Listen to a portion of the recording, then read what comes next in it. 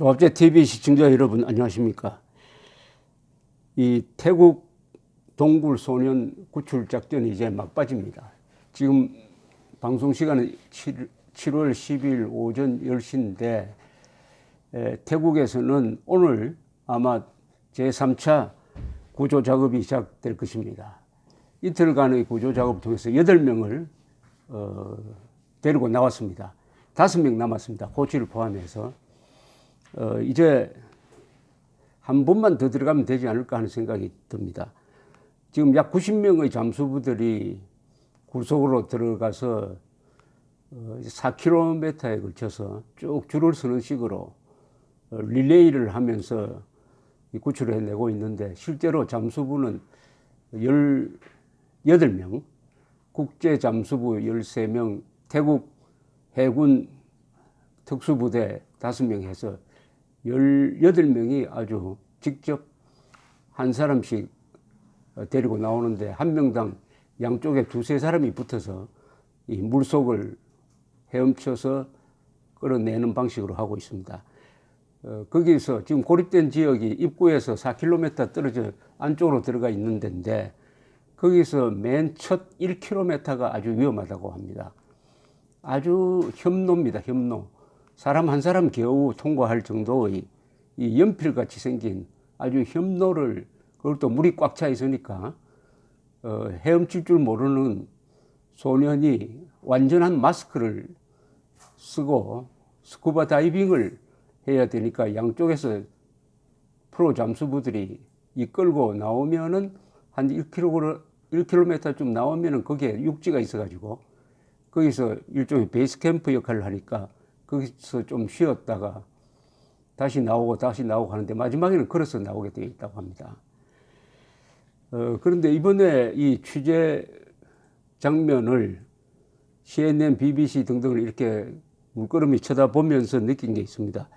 아주 태국 당국이 현장을 잘 장악하고 있고, 기자들도 협조적이라는 것을 알 수가 있습니다. 기자들이 몰려다니면서 마이크를 막 들이대고 하는 그런 모습이 전혀 보이지 않습니다. 또 구조 작업이 시작되자마자 취재진을 멀리 내보내가지고 현장 접근도 하지 못하게 했습니다. 또 8명 지금 데리고 나왔지만 누군지를 발표를 하지 않습니다. 전원 구출한 다음에 발표할 모양입니다. 왜냐하면 서둘러 발표했다가는 지금 남아있는 5명의 가족들이 너무 걱정하고 할 테니까 이 기쁨을 같이 나누자, 이런 생각으로 그렇게 하는데, 언론이 협조를 해주고 있습니다. 자꾸 한국 언론과 비교가 되는데, 한국 언론은 아마 한국에서 사고가 났다고 하면은 현장을 통제하는 경찰이나 당국 또는 군인들까지 무시하고 직접 굴속으로 들어가지 않았을까 하는 생각이 또 들고, 병원으로 몰려가가지고 그 환자 입원한 어린이 찾아다니고 했지 않을까, 그렇게 생각이 듭니다. 그런데도 태국은 아주 간단하게 정리를 하고 있는 것은 역시 공권력이 강하니까. 태국은 이 군대가 강합니다. 군대가 정부를 가끔 바꾸고 그걸 뭐 쿠데타라고 하는데, 군인들은 그게 쿠데타라고 하지 않고 자기들은 이 체제를 수호한다, 그런 아마 명분이 있을 것 같습니다. 이런 기자들의 고분고분한 태도를 보면서 한국의 극성 취재에 대한 일본 기자의 비판적 시각을 한번 제가 소개를 해드리겠습니다. 일본 기자들의 입을 통해서 한국 언론을 비판한다는 게 좀 머드합니다만은 이게 사실이니까 소개를 해드리려고 합니다. 마키노 요시하루 일본 아사히 신문 서울 지국장이 쓴 러포 절망의 한국이라는 책이 있는데, 여기에 이런 대목이 있습니다. 한국의 대통령부나 외교부의 기자회견에 참석하면 느끼는 게 있다. 한국 기자단의 질문에 공통된 특징이 있는데 질문이 길다는 점이다. 그들은 자신의 주장을 먼저 장황하게 이야기한다. 그리고 마지막으로 그래서 귀하는 어떻게 생각하나 라고 묻는다. 그리하여 기자회견의 기록을 보면 압도적으로 질문이 길 때가 있다. 대통령부나 외교부를 출입하는 기자들 중 다수는 정치부로서 많은 이들이 정치가를 지망하고 있다. 기자회견은 진실을 추궁하는 자리이지만 그 가운데 자신을 내세우고 싶어하는 생각이 작동한다는 점도 부정할 수 없을 것이라고 생각한다. 좀 뼈아픈 지적인데요. 여러분 기자회견 보셨으니까 뭐 동감하지 않을까 생각이 듭니다.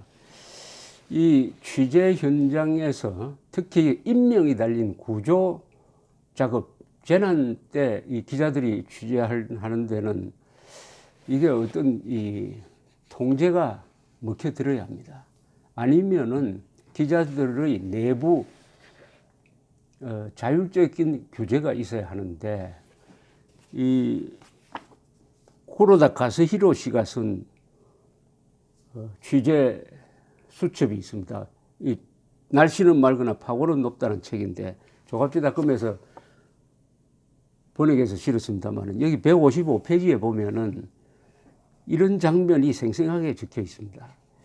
이방자 여사는 조선의 마지막 황태자였습니다. 황태자 이은이라는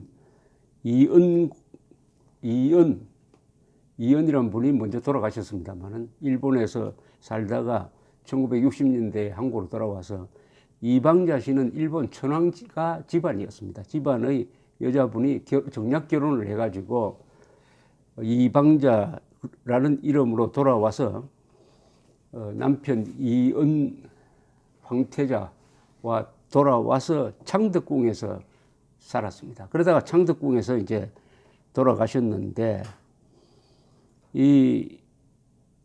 그 장례식 취재를 간 사람이 이 구로다 씨였어요. 구로다 씨는 주로 산케이 신문에 근무하면서 한 40년 동안 한국을 취재한 분입니다. 당시의 장면을 이 취재 수첩에 담았습니다. 이렇게 적혀 있습니다.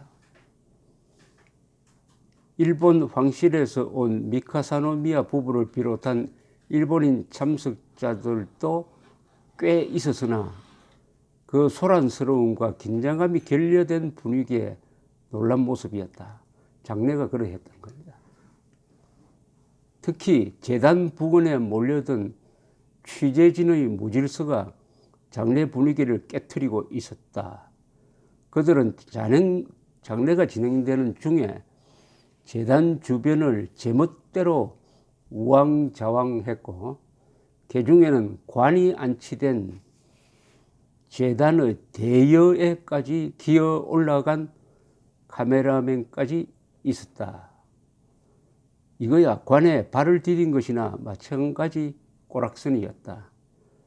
또한 한일 양쪽의 요인들이 보내온 조화인 국화 꽃잎이 마구 떨어졌고, 재단 바닥에 깔린 하얀 천은 시기 시작되기도 전에 이미 신발 자국으로 더럽혀져 있었다. 당시 이처럼 예의를 읽은 취재진의 방약무인함에 나는 순간적으로 혹시 반일 감정 탓인가 하고 의아했다. 그렇지만 한국 취재진들의 평소 행동 거지를 떠올리자 그들의 오만함에서 나온 단순한 비례라면서 나 스스로를 납득시킨 기억이 난다. 이렇습니다. 참고로 이 기자와 당국, 기자와 특히 군대의 관계에 대해서 제가 좀 설명을 드리겠습니다. 이번에 이 현장 상황을 통제하는 게 주로 태국의 군대였습니다. 태국의 군대인데, 우리는 지금 어떻게 보면은 이 군을 언론이 동래북처럼 지금 삼고 있습니다. 동래북처럼. 요사이도 보면은 일부 언론에서 작년에 국군 기무사가 혹시 탄핵 사태가 이게 악화되어 가지고 태극기 집회 그리고 촛불 집회가 서로 충돌한다든지 탄핵 인용되든지 기각되든지 거기에 반발하는 시위가 일어날 경우에 대비해 가지고 문서로서 작성한 계엄령 검토 계획, 만일 사태에 필요하다면은 군이 출동해야 되는데 대비한 문서상의 계획을 들고 나와가지고 마치 군대가 계엄령 선포를 해가지고 뭐 정권을 잡으려고 했다는, 쿠데타를 했다는 식으로 몰아가는 이런 언론이 지금 있습니다. 여기에 정치인들이 가세를 하고 해서, 그럼 비상시가 예상되면은 군대는 위수령, 계엄령에 대한 준비 계획을 항상 하고 있어야 됩니다. 그 가능성이 0.001%라도 군대는 계획을 하고 있어야 됩니다. 정부가 0.0001%의 지진에 대비하는 거하고 똑 마찬가지입니다. 그리고 선장이 0.0001%의 가능성도 없지만은 배가 침몰할 때 대비해서 승객들에게 대피 훈련시키는 거하고 마찬가지예요. 군대가 그런 계획서를 만들었다고 해가지고 이것을 과장을 해가지고 마치 시민들을 상대로 탱크를 동원해가지고 무슨 권력을 찬탈한다 이런 쪽으로 지금 몰아가고 있는 게, 거기에 대해서 이 국방부가 전혀 대응을 하고 있지 않고 또 친정부 세력이 그렇게 하니까 겁을 먹었는지 국방장관도 입을 다물고 있는 이런 상황에서 이 기자가 도대체 뭐냐, 기자가 어떤 특권을 갖고 있느냐 하는 의문을 갖지 않을 수가 없는데, 기자에 대한 법률적 특권은 아무도 없습니다. 국민의 알 권리를 만족시켜 준다는 것은 그냥 선언적인 것이고, 기자가 법을 어기면서 아무데나 출입하면서 취재를 해야 된다는 특권은 법률상 없습니다. 그런데 한국에서 기자들은 특권적 존재인 것은 분명합니다. 특히 어마어마한 오보를 해도 그 오보에 대한 사과, 정정을 하지 않는 것을 특권으로 생각하는 아주 이상한 풍조도 있습니다. 근데 이스라엘을 한번 제가 비교를 해보겠습니다. 1992년에 이런 사고가 났습니다. 이스라엘 참모총장이 참석한 가운데 특공 훈련을 하다가 5명의 병사가 죽었습니다. 이스라엘 언론은 이를 보도하지 않았습니다. 2010년에 모사드 요원이 감옥에서 자살했습니다. 이스라엘 언론은 이를 보도하지 않았습니다. 2007년 9월 6일 이스라엘 공군기가 시리아를 공습해가지고 북한 기술로 짓고 있던 원자로를 부숴버렸습니다. 이스라엘 언론은 알고도 보도하지 않았습니다. 왜냐? 이스라엘은 전시가 아닌데도, 평화시인데도 언론에 대한 검열을 합니다. 검열을 전담하는 부대가 있습니다. 검열 단장이 준장입니다. 매우 높습니다. 왜냐하면 이스라엘은 대장이 없습니다. 참모총장도 중장, 별 3개입니다. 이 언론 검열을 평시에도 하고 있는데 군의 검열 지침이 아주 단순합니다. 3가지입니다. 1. 적에 도움이 되거나 국가의 안전에 해로운 기사는 안 된다. 2. 비군사적 사안에 대한 보도나 의견 표명은 검열 대상이 아니다. 단 비밀로 분류된 정보에 근거한 의사표명은 검열 대상이다. 3. 군의 검열단은 미리 언론에 검열 대상 리스트를 제출한다. 리스트는 자주 바뀌는데 국가안보 및 유대인 이주라는 2 항목은 항상 들어있다. 이렇게 되어 있습니다. 그리고 언론이 검열해달라고 제출하는 기사의 약 20%에 대해서 이렇게 규제가 가해진다고 합니다. 전시에는 물론 이 비율이 높아지는 거죠. 그래서 이스라엘 기자들은 글을 쓸 때 3사람을 의식을 한다고 그래요. 첫째는 데스크를 보는 사람, 편집자죠. 둘째는 고문 변호사, 셋째가 군 검열단입니다. 한국도 기자들이 군 관련, 안보 관련 기사를 쓸 때 항상 머릿속에 이걸 쓰면 군에서 어떤 반응을 할까?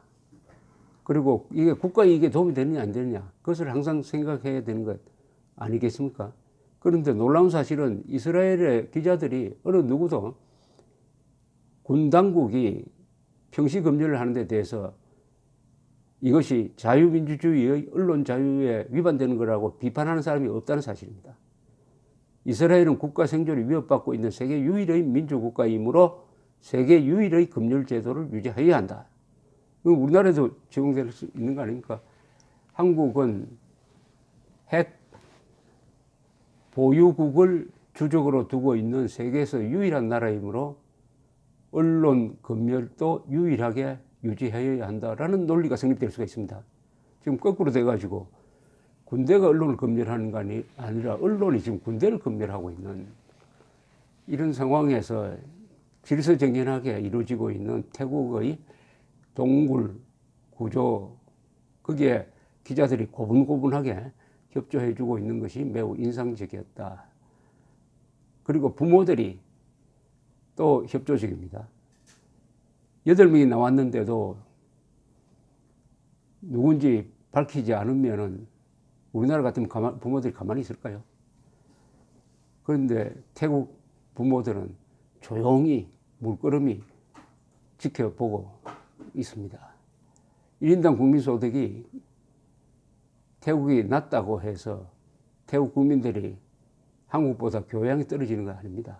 교양은 1인당 국민소득과 다른 개념인 것 같습니다. 감사합니다.